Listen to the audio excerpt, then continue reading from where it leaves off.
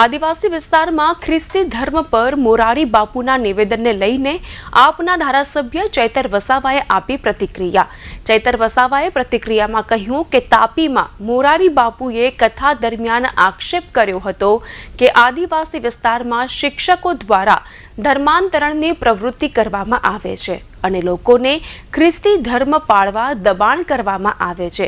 જો કે આજ દિન સુધી એવી કોઈ જ ફરિયાદ કે રજૂઆત અમારી સમક્ષ આવી નથી.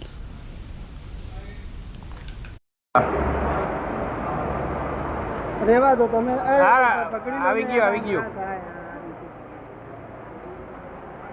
તમે બોલી જાઓ ચેતરભાઈ. તાપી જિલ્લામાં મોરારી બાપુની જે કથા હતી, મોરારી બાપુ તો વિદ્વાન છે, પણ કથા દરમિયાન એમણે ત્યાં એવો એક આક્ષેપ કર્યો કે આદિવાસી વિસ્તારોમાં શિક્ષકો દ્વારા ધર્માંતરણની પ્રવૃત્તિ કરવામાં આવે છે અને લોકોને ખ્રિસ્તી ધર્મ પાળવા માટે દબાણ કરવામાં આવે છે.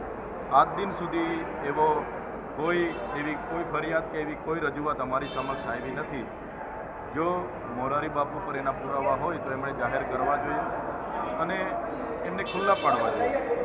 ખ્રિસ્તી ધર્મની જ્યારે વાત આવે છે ત્યારે 1970, 1980 અને 90 દાયકામાં જ્યારે આદિવાસી વિસ્તારોમાં પરિસ્થિતિ કથળેલી હતી ત્યારે ત્યાં મિશનરી સંસ્થાઓ આવી, એમણે શિક્ષણ, આરોગ્ય અને આદિવાસીના લોકોને રોજગારથી લઈને ખેતી સુધારાની લઈને અનેક પ્રવૃત્તિઓ ત્યાં કરી અને એને લઈને લોકો એમની તરફ આકર્ષાયા, એમની સાથે ગયા, પણ કોઈ જાતના ધર્માંતરણ માટે દબાણ એમણે કર્યું હોય એવું અમને ક્યાંય દેખાતું નથી.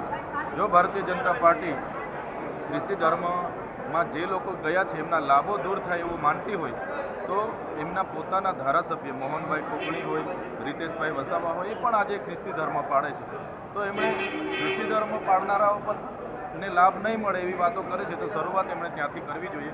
પણ હું સ્પષ્ટ માનું છું કે કોઈ પણ આદિવાસી વિસ્તારોમાં ખ્રિસ્તી ધર્માંતરણ માટે કોઈ પ્રકારનું દબાણ કરવામાં નથી આવતું. મોરારીજી બાપુએ વિસ્તારમાં આવીને જે વાત મૂકી છે, સ્પષ્ટપણે ત્યાં એક ગરમાવો આવ્યો છે અને આવનારા દિવસોમાં ખ્રિસ્તી, હિન્દુ કે મુસ્લિમ વચ્ચે એક વર્ગ વિગ્રહ ઊભો થાય એવી ભીતિ અમને સ્પષ્ટ દેખાય.